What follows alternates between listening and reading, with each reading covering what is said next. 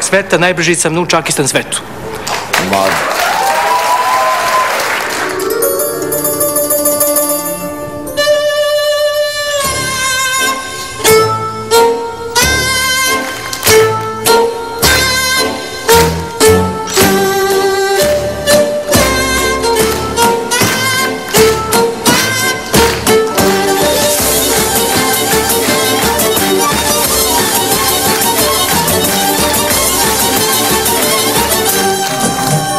Rekao Bruce Lee.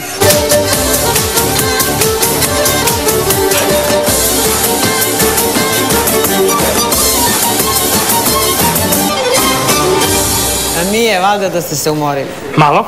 A malo? Malo teme. A gdje se odvijalo to takmičenje? To je bilo veče borilačke veštine u Smederevu. I koliko je bilo Kineza i Japanaca u Smederevu na tom takmičenju? Sad ću vam reći jednu stvar.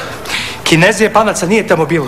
Pa ne, ali ne razumem, čekaj, prvak Srbije, to razumem. To je 97. godine, prvak Srbije. Važi, ja ću to proveriti i onda sada glasamo. Mili?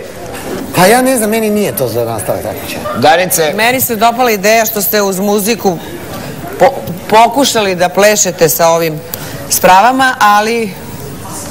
Ja također čestitam na ovom međunarodnom uspehu, ali za ovo ipak ne. Znači, ne dopada se. Dobro.